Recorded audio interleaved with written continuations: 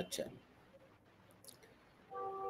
সুপ্রিয় দর্শক, আজকে আমার অতিথি আরো একজন পরিচিত মানুষ, যাকেও সচিবালয়ের অঙ্গনে, সরকারি কর্মকর্তা কর্মচারী অঙ্গনে যিনিও একজন পরিচিত মুখ, তাকেও অনেকেই এক নামে চেনেন। আমাদের সবার প্রিয় আব্দুল খালেক ভাই, উনি দীর্ঘদিন থেকে সচিবালয়ের কর্মকর্তা কর্মচারী সংগঠনের নেতৃত্ব দিয়ে আসছেন। বিগত প্রায় 15-20 বছর থেকে, তারও বেশি সময় ধরে উনি সচিবালয়ে সাধারণ কর্মকর্তা কর্মচারীদের বিভিন্ন দাবি দাবা নিয়ে উনি আন্দোলন করেছেন, উনি অনেক মিটিং করেছেন এবং ওনার নেতৃত্বে অনেক দাবি দাবাও আদায় হয়েছে। তো আজকে আমরা আব্দুল খালেক ভাইকে পেয়েছি।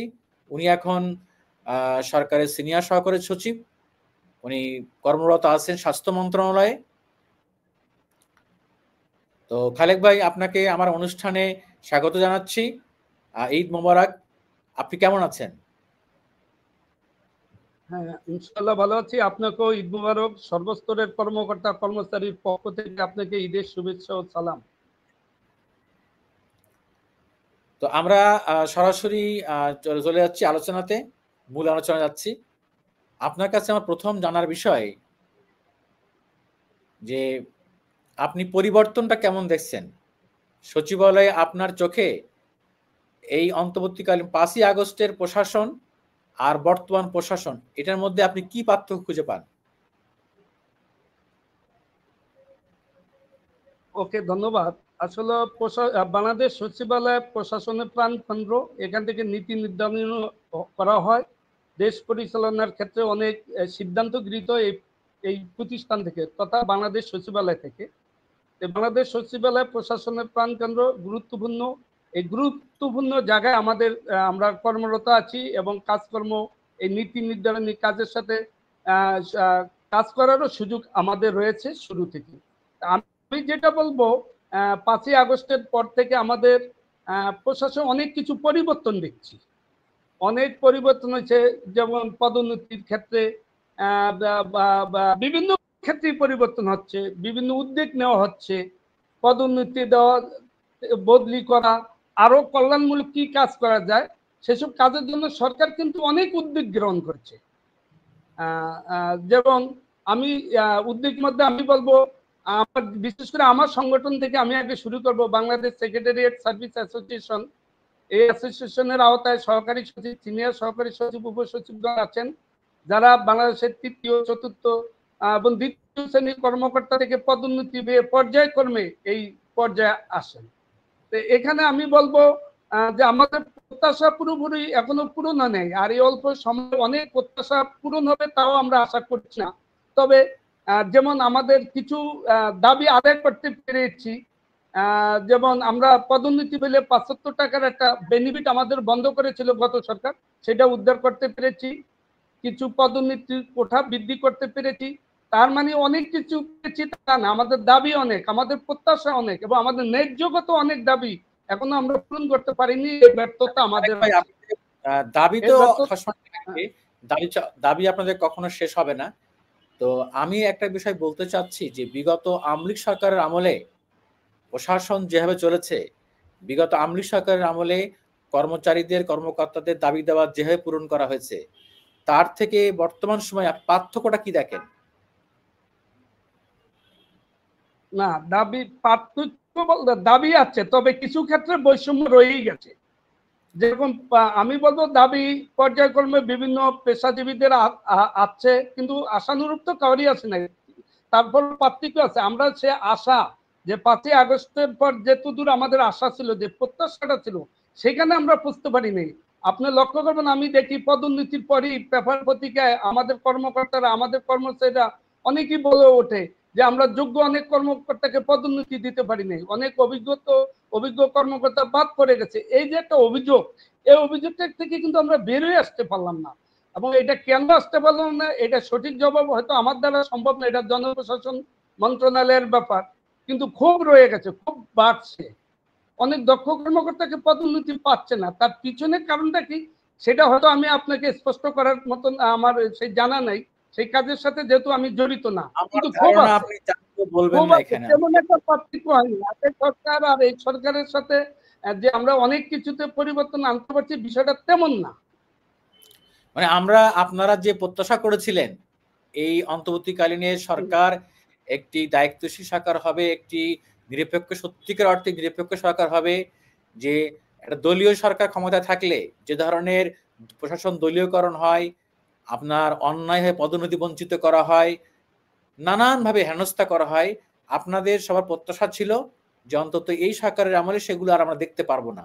এবং আমরা দীর্ঘদিন থেকে যেই ধরনের একটা গণমুখী মানুষের একটি সুশাসন দেখতে চেয়েছিলাম, যেই ধরনের সচিবালয় দেখতে চেয়েছিলাম, যেই ধরনের প্রশাসন দেখতে চেয়েছিলাম, সেটি আপনারা পাননি। এটি তো কথা। হ্যাঁ, রাইট। এখনো সেটা পাইনি, এখন পর্যন্ত পেয়ে উঠিনি, এখন পর্যন্ত পাইনি।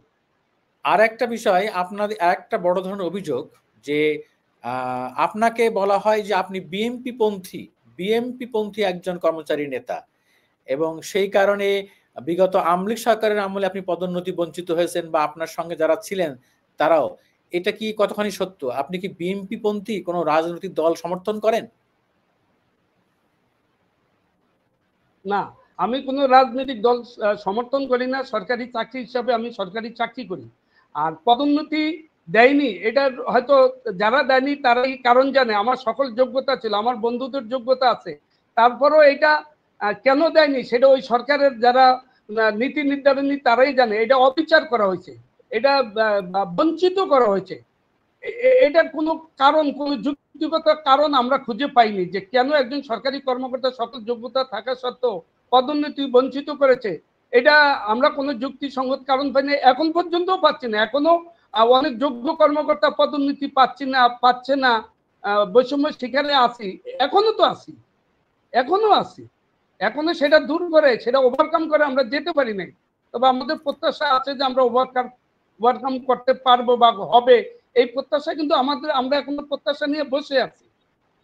যদি আপনাকে বিগত আওয়ামী লীগ সরকার আপনার প্রাপ্য প্রত্যেকটা পদোন্নতি সঠিক সময় দিতেন, তাহলে আপনি এখন নন ক্যাডার কোটায় কোথায় থাকতেন? কোন পদে থাকতেন? কমপক্ষে উপসচিব থাকতাম, যেখানে আমার বন্ধুরা এখন উপসচিব আছে অনেকে, আমি উপসচিব হিসেবে দায়িত্ব পালন করতাম। আমি সেটা কেন, আমরা তো গত সরকার প্রায় 24 বার পদোন্নতি দেয় নাই, এই সরকার এসে আমাকে সিনিয়র সহকারী সচিব করেছে। আমার বন্ধুরা 2018 সালে 17 সালে সহকারী সচিব হয়েছে, সিনিয়র সহকারী সচিব হয়েছে, আর আমি এই সরকারের আমলে আসাতে আমি পদোন্নতি পেয়েছি।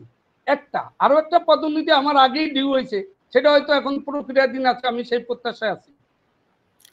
আচ্ছা খালেক ভাই, আপনার বিরুদ্ধে একটা অভিযোগ আছে, সেটি হলো যে যখন 2006 সালের শেষ দিকে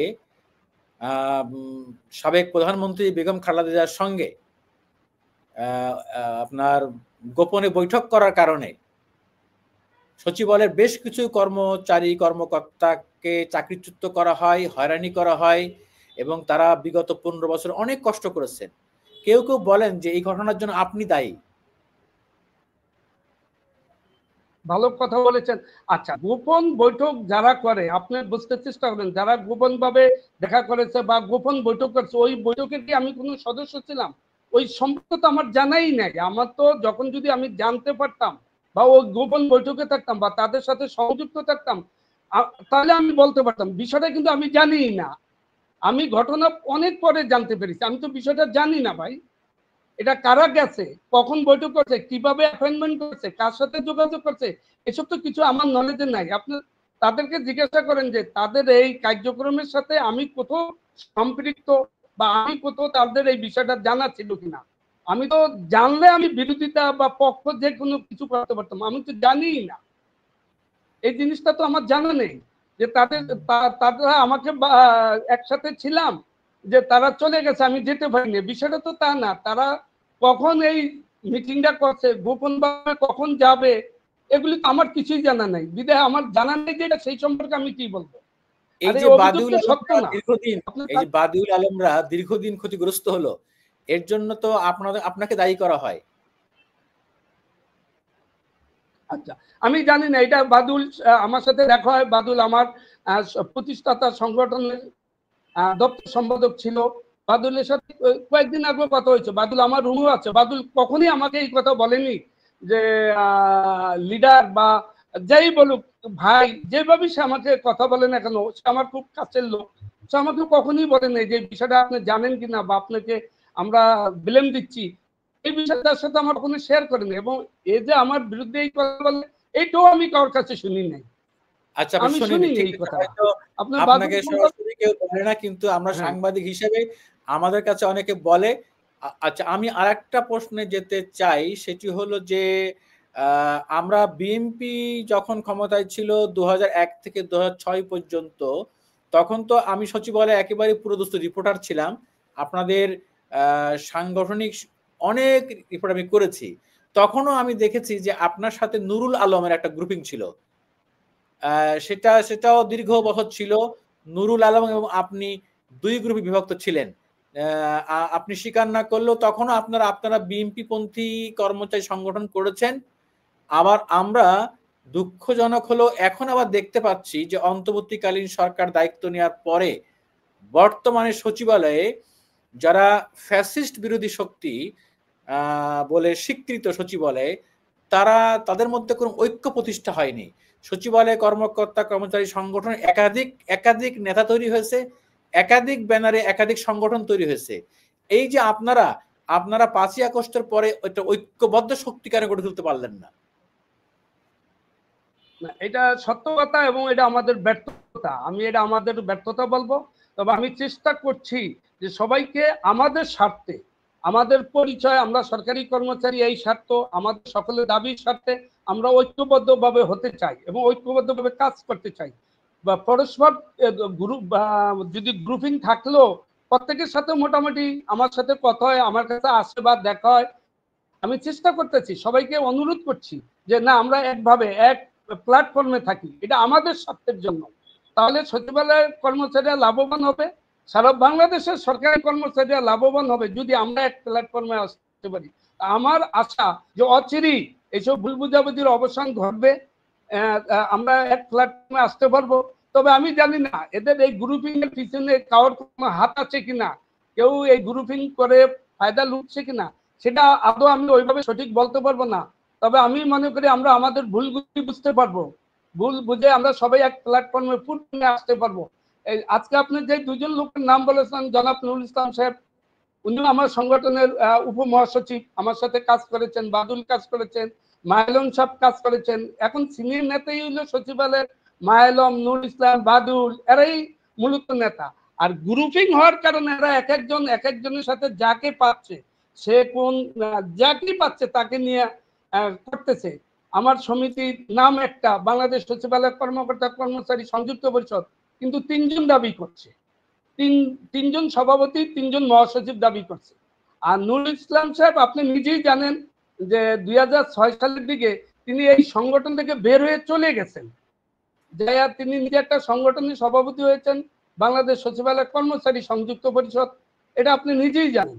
এখন আবার সে আবার বলে যে আমি কর্মকর্তা কর্মচারী সংযুক্ত পরিষদের সভাপতি, সেটা উনি জানে কিভাবে, উনি তো বের হয়ে চলে গেছে সেখান থেকে। নুরুল ইসলাম থেকে আবার বের হয়ে চলে গেছে আমাদের বাদুল ছেড়ে। একটু এখানে থামাচ্ছি আপনাকে, যে আমি আবারও ফিরে আসি। এই যে কিন্তু আপনার কথার মধ্য দিয়ে কিন্তু প্রমাণিত হয়ে গেল সচিবালয়ে আপনাদের নেতৃত্ব কিন্তু বিতর্কিত এবং অনেকভাবে, মানে দ্বিখণ্ডিত না, অনেক গ্রুপে বিভক্ত হয়ে গিয়েছেন।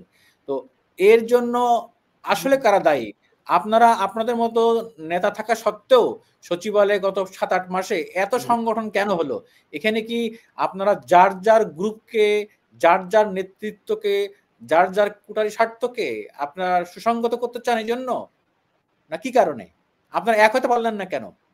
না না, এক হতে পারছি না, সেই ব্যর্থতা আমাদের আছে। এবং গ্রুপিং হয়েছে সেটাও আমি স্বীকার পাচ্ছি যে এই গ্রুপিংটা আরো আগে ছিল, তবে 5ই আগস্টের পর গ্রুপিংটা বেড়ে গেছে, নেতৃত্ব, নিজেদের নেতৃত্ব প্রতিস্থাপন করতে চাচ্ছে।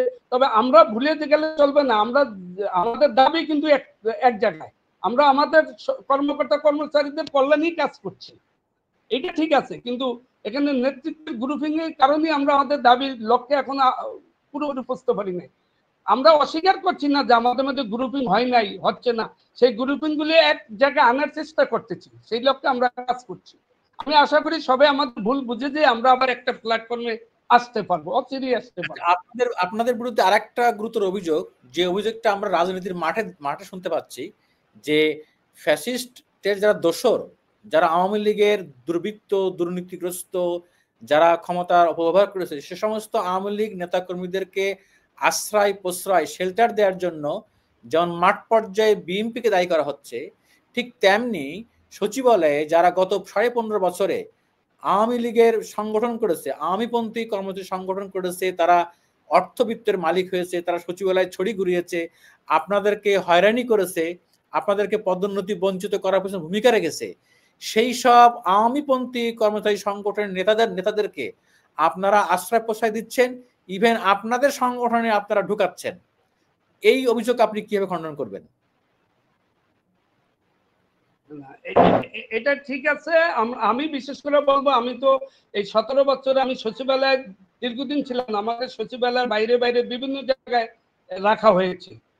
ইতিমধ্যে অনেক কিছুই সচিবালয় আপনার যাদের কথা বলছেন তারা অনেকেরই আমি এখনো চিনে উঠতে পারছি না। নতুন চাকরিজীবী। আমি ব্যক্তিগতভাবে 2006 সালের পর সাংগঠনিকভাবে তো আমাদের কার্যক্রম কম ছিল, তারপর আমাকে সচিবালয়ের বাইরে বাইরে রেখেছে।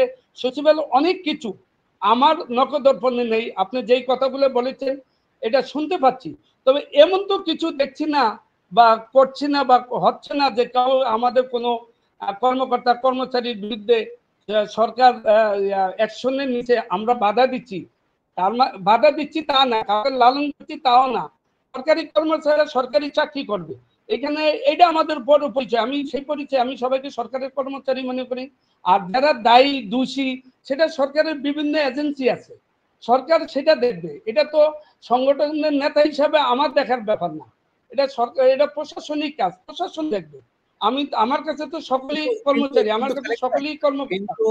কিন্তু খালেক ভাই আপনি কি তাদের চেনেন না? আমি বুঝছি যে আসলে আপনারা ওই যে প্রকাশ্যে বলবেন না যে আপনারা আওয়ামীপন্থী কি বিএনপি পন্থী, মানুষকে বলবেন যে আমরা সরকারি কর্মচারী, কিন্তু ঠিকই যখন যার দল ক্ষমতায় আসবে তখন কিন্তু আপনারা তার পন্থী হয়ে সুবিধা নিতে চান, এটা কিন্তু সত্য।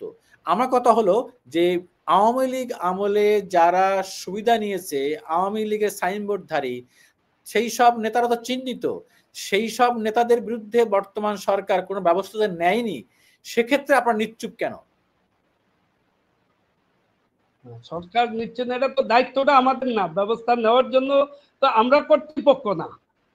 আর কর্তৃপক্ষ তো আমরা না, কে আওয়ামী লীগ বিএনপি করে এটা সরকার ভালোভাবে চিহ্নিত করতে পারবে, আমাদের সেও চিহ্নিত করতে পারবে।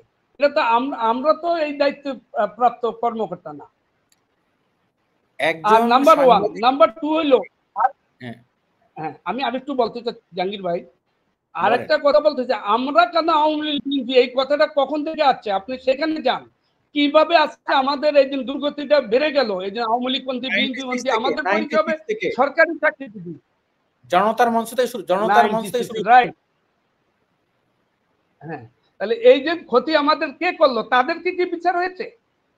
যারা সরকারি কর্মচারী অঙ্গনটাকে কুলুষিত করেছে তাদের কি কোনো বিচার হয়েছে? আপনি তো তাদের সেই কথাটা বললেন না ভাই। কারা আমাদেরকে দ্বিধাভক্ত করলো? আমরা তো সচিবালয়, আমাদের পরিচয় আমরা সরকারি চাকরিজীবী, এর চেয়ে আর বড় পরিচয় কি থাকতে পারে? আমরা সবসময় ঐক্যবদ্ধ ছিলাম। সেই সৃষ্টিটা কে করলো? 96 এর এই পরিস্থিতিটা কে সৃষ্টি করলো? তখন কি আমরা ছিলাম? আমরা নেতৃত্বে ছিলাম? আমাদের গায়ে কাদা লাগাইলো কে? আমি যাই করি না কেন, আমি সরকারি চাকরিতে আসার পর আমি সরকারের কর্মচারী, সরকারের কাজ করব।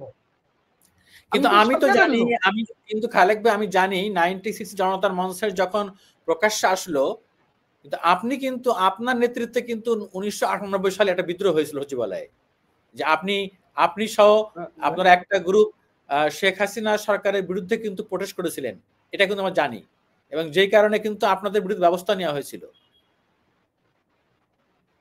আপনার কি মনে আছে? জাহাঙ্গীর ভাই 98 না, এটা 99 সালের জুন মাসে আমরা আমাদের দাবির কথা বলতে গেছি। আমরা শেখ হাসিনার বিরুদ্ধে, আচ্ছা আমরা দাবি করবো সরকারের কাছে, সরকারের কাছে যখন দাবি করেছি আমরা তো সবসময় সরকারের কাছে যাব, আমরা তো বিরোধী দলের কাছে যাইনি। সরকারের কাছে দাবি চাইছি, দাবি আদায় করতে যে চাকরিচ্যুত হয়েছে আপনি জানেন, একাধিক মামলা গেছি, আমার অনেক সহকর্মীদের চাকরি চলে গেছে, ফ্যামিলিতে অনেক দুর্দশা নেমে আছে। উদ্দেশ্য কি ছিল? আমরা তো আমাদের দাবি নিয়ে, আমরা আমাদের সরকারের কাছে দাবি পেশ করেছিল, সেই দাবি বাস্তবায়ন করতে দেয়নি, একটা গ্রুপিং করে আমাদেরকে ক্ষতিগ্রস্ত করছে, আমাদেরকে মামলা জড়াইছে। আমরা তো মামলা খাওয়ার কথা না, আমরা তো দাবির কথা বলবো সারা জীবন। আমি আজকে বলছি, আমি যখন থাকবো না তখন অন্যরা বলবে। এটা তো প্রচলিত একটা নিয়ম, এটা তো নতুন কোনো কিছু না যে আপনার দাবি করলেন কেন। দাবি তো আমি চাকরিতে না থাকলেও দাবি হবে, আরো সারা জীবন দাবি থাকবে। কিন্তু এটা কে করলো? আমরা কি মারপিট করেছি? আমরা কি না ঠিক আছে, সরকারের আমি বিরুদ্ধে আমি স্লোগান আমি দিয়েছি? নো, আপনি করে রেকর্ড নিচ্ছি, ঠিক দেখেন। আছে। যে হ্যাঁ, এটা আমার একটু হচ্ছে যে 99-এ, তো 99-এ যে জুন মাসে আপনারা যেটা করছিলেন সচিবালয়ে, সেটা তখন তো বলা হয়েছিল যে আপনারা বিএনপি পন্থী, আপনার কর্মচারী নেতা। সেটা কি আপনি খণ্ডন করেন? না, এটা না, এই বিএনপি বন্দী কর্মচারী নেতা আমাদের ক্ষতিগ্রস্ত করার জন্যই বিএনপি বন্দী বলা হয়েছে। আর কেউ আওয়ামী লীগ সাহায্যে সুবিধা নেওয়ার জন্য। আমরা তো সুবিধা নেওয়ার জন্য আন্দোলনে যাইনি, আমরা যাচ্ছি সাধারণ কর্মচারীদের জন্য দাবির কথা বলতে গেছি। তখন আমাদের মানে আমাদের প্রতি কর্মচারীদের ভালোবাসা, আমাদের প্রতি কর্মচারীদের ঐক্যবোধ বা আমাদের সমর্থন বেশি থাকায় আমাদেরকে পিছু হটানোর জন্য, আমাদেরকে মামলা দেওয়ার জন্য কেউ কেউ যে বলছে এরা বিএনপি করে। আমরা তো কাউকে বিএনপি করে, আওয়ামী লীগ করে এরকম করে দাবি করি না। আমরা তো বলি না আচ্ছা ওই খালেক লোকটা ভাই, আওয়ামী লীগ করে, বিএনপি করে। ভাই, আমরা ধরে নিলাম, খুব ভালো কথা, যেটি সাধারণ মানুষ প্রত্যাশা করে। আমরাও সাংবাদিক হিসেবে চাই যে প্রশাসন হবে নির্দলীয় নিরপেক্ষ। আমরা চাই সরকারি কর্মচারীদের কোনো দলীয় পরিচয় থাকবে না। তো আপনি এখন চাকরি জীবনের শেষ দিকে আসছেন, দীর্ঘদিন নেতৃত্ব দিয়ে আসছেন, আপনি আপনি কি এমন কোনো দৃষ্টান্ত রেখে যাবেন যে ভবিষ্যতে কেউ আর আওয়ামীপন্থী, বিএনপি পন্থী, জামাতপন্থী কোনো পন্থী হবে না, একেবারে প্রকৃত সরকারের কর্মচারী হবে, কোনো দলবাজি করবে না? আমরা যেই নির্দলীয় নিরপেক্ষ প্রশাসন দেখতে চাই, সেই প্রশাসনটাকে সেখানে রাখার জন্য জনপ্রত্যাশা অনুযায়ী আপনার কি করণীয় আছে বা আপনার কি আহ্বান থাকবে? জাহাঙ্গীর ভাই, এটা আপনার না, সারা দেশবাসী চায় সরকারি লোক সরকারের জায়গায় থাকবে, সরকারি লোক জনগণের সেবক হিসাবে কাজ করবে। এটা আপনার চাওয়া না, এটা রাষ্ট্রের চাওয়া, এটা দেশের সর্বস্তরের জনগণের চাওয়া। আমরা সেই জায়গায় পৌঁছতে চাই। আমরা জনগণের সেবক, আমরা সরকারি কর্মচারী, আমরা আমরা দাবির ক্ষেত্রে ঐক্যবদ্ধ, আমাদের মধ্যে কোনো ভেদাভেদ থাকবে না। এই কথাগুলো আমি সবসময় বলে যাচ্ছি, এটা আমি চেষ্টাও করতেছি। আমরা আমাদের সেই ঐক্যকে চাই যে আমরা সরকারি চাকরিজীবী, আদেশ পালন করবো, সরকারের নির্দেশ পালন করবো, সরকারের কাজ কিন্তু সরকারে করবো, সততার সাথে দায়িত্ব পালন করবো। এগুলি জনগণ চায়, সারা রাষ্ট্র চায় যে আমাদের মধ্যে গ্রুপিং থাক, আমরা দলীয় পরিচয় দেই। এটা কিন্তু চাচ্ছে না, দেশের জনগণ চাচ্ছে না। আমরা সেই জায়গায় রেখে যেতে চাই। আমি সেই জায়গাটাই, আপনি যে আমাদের কথাটা বলছেন, আমি সবাইকে বলবো, সকল কর্মচারীকে বলবো যে আমরা সেই জায়গায় আমরা প্রমাণ করতে চাই যে আমরা সরকারি কর্মচারী, আমরা সরকারের কর্মচারী, আমরা সরকারের কর্মচারী হিসেবে দায়িত্ব পালন করতে চাই, সেবক হিসাবে দায়িত্ব পালন করতে চাই। এটা অবশ্যই চাবো, এটা আমাদের চাওয়া আছে। এটা যে যেই বলুক না কেন, এটা আমরা বলতে চাই, এবং আমি সেই জায়গায় রেখে যেতে চাই, সেই জায়গায় সচিবালয়কে রেখে যেতে চাই। আচ্ছা, আপনারা আসলে বাস্তবে কি করবেন এটা সামনে দেখার বিষয়। তো আমার চাওয়া হলো ভবিষ্যতে আমি একই সঙ্গে একটা আপনাদের সবাইকে আনতে চাই আমার লাইভে। যেমন আপনি থাকবেন, বাদুল আলম থাকবে, নুরুল ইসলাম থাকবে। আপনি যদি তাদেরকে আমি যুক্ত করি এরপরে কোনো শোতে, আপনি থাকবেন তো? হ্যাঁ, আমার কোনো আপত্তি নেই, আমার কোনো আপত্তি নেই। আচ্ছা ঠিক আছে খালেক ভাই, হওয়ার জন্য যে কোনো কার্যক্রম। আমি আপনার কাছে আরেকটু বিনীত, আপনার কথা শেষ হলে আমি বিনীতভাবে বলবো আপনাকে ধন্যবাদ যে আমার কথাগুলা আপনি শুনেছেন। আমি আমার সচিবালয়ের কর্মচারী তথা সকল কর্মচারীদের পক্ষে কয়েকটি কথা বলতে চাই। আমরা 15 সালে পে কমিশন পাইছি, এখন আমরা পে কমিশনের জন্য কাজ করতে চাই। আমরা মর্গ ভাতার, আমরা কিছুদিন আগে মর্গ ভাতার কথা বলেছি, আমরা সচিবালয় ভাতার কথা বলেছি, আমরা রেশনের কথা বলেছি, পদোন্নতির কথা বলেছি। আমরা সর্বস্তরের কর্মচারীদের যে সমস্যাগুলো এটি সমাধান করতে কাজ করতে চাই। আমরা একই প্ল্যাটফর্মে সারা বাংলাদেশ থাকতে। সর্বোপরি আমি বলবো একটা বিষয়, আমি এখন যেটা আমাকে চাপের মুখে রাখা হয়েছে, আমার অ্যাসোসিয়েশন সচিবালয়ের বিভিন্ন সংগঠন, একটা বিষয় আপনাকে জানাই, আমাদের পদোন্নতির কোঠা বৃদ্ধির জন্য গত 28/11/2024 তারিখে জনপ্রশাসন মন্ত্রণালয়ের মাননীয় সচিব মহোদয় ও আমাদের 64টা সহকারী সচিব, 11টা সিনিয়র সহকারী সচিব, 6টা সহকারী উপসচিবের পদ সৃষ্টির জন্য সারসংক্ষেপ দিয়েছেন মাননীয় প্রধান উপদেষ্টার কাছে। মাননীয় প্রধান উপদেষ্টা 9/12/2024 তারিখে স্বাক্ষর করেছেন। 10/12/2024 তারিখে সহকারী সচিবের 64টার আদেশ হয়েছে, সিনিয়র সহকারী সচিবের 11টার আদেশ হয়েছে, বাকি 6টা পদ এখন পর্যন্ত আমরা পাইনি উপসচিবের। একই লাইনে লেখা, 2টা অংশ বাস্তবায়নের একটা হয়নি।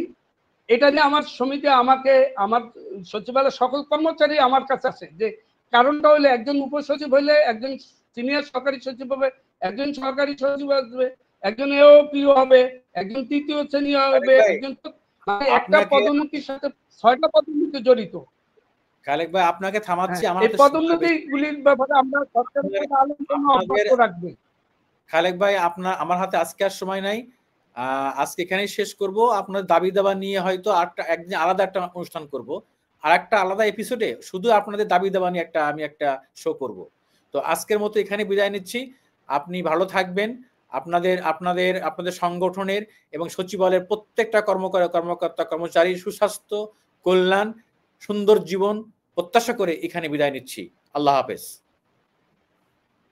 ধন্যবাদ আপনাকে এই জন্য, সাক্ষাৎকার নেওয়ার জন্য, আমাদের কথা বলার সুযোগ দেওয়ার জন্য আপনাকে ধন্যবাদ জানাচ্ছি। আসসালামু আলাইকুম। ঈদ মুবারক।